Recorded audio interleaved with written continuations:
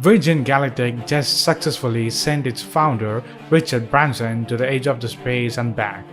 The SpaceShipTwo plane, dubbed VSS Unity, took off at 10:40 a.m. ET attached to the belly of the Virgin Galactic twin-fuselage WhiteKnight plane. Unity dropped from the center of the carrier craft at an altitude of around 45,000 feet, roughly 50 minutes after the takeoff. Moments later, the VSS Unity ignited its single rocket engine to blast to the edge of the space.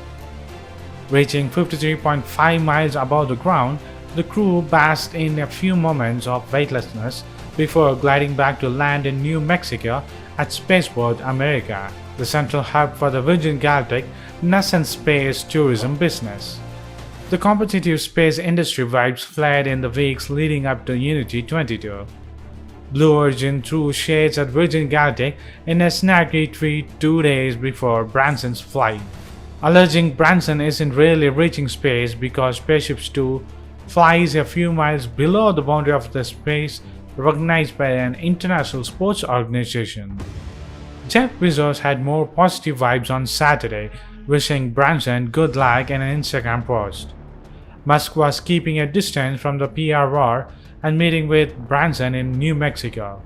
"Thanks for being so typically supportive and such a good friend," Branson tweeted to Musk on eve of his flight. "And now the company is offering a chance for you to take a trip in the company's spaceplane as well." After Sunday's flight, Branson announced that Virgin Galactic had partnered with fundraising platform Omaze to open sweepstakes that will send the winner and a friend on a spaceflight.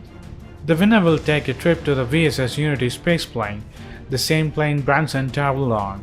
You will also get a tour of Spaceport America in New Mexico from Branson himself.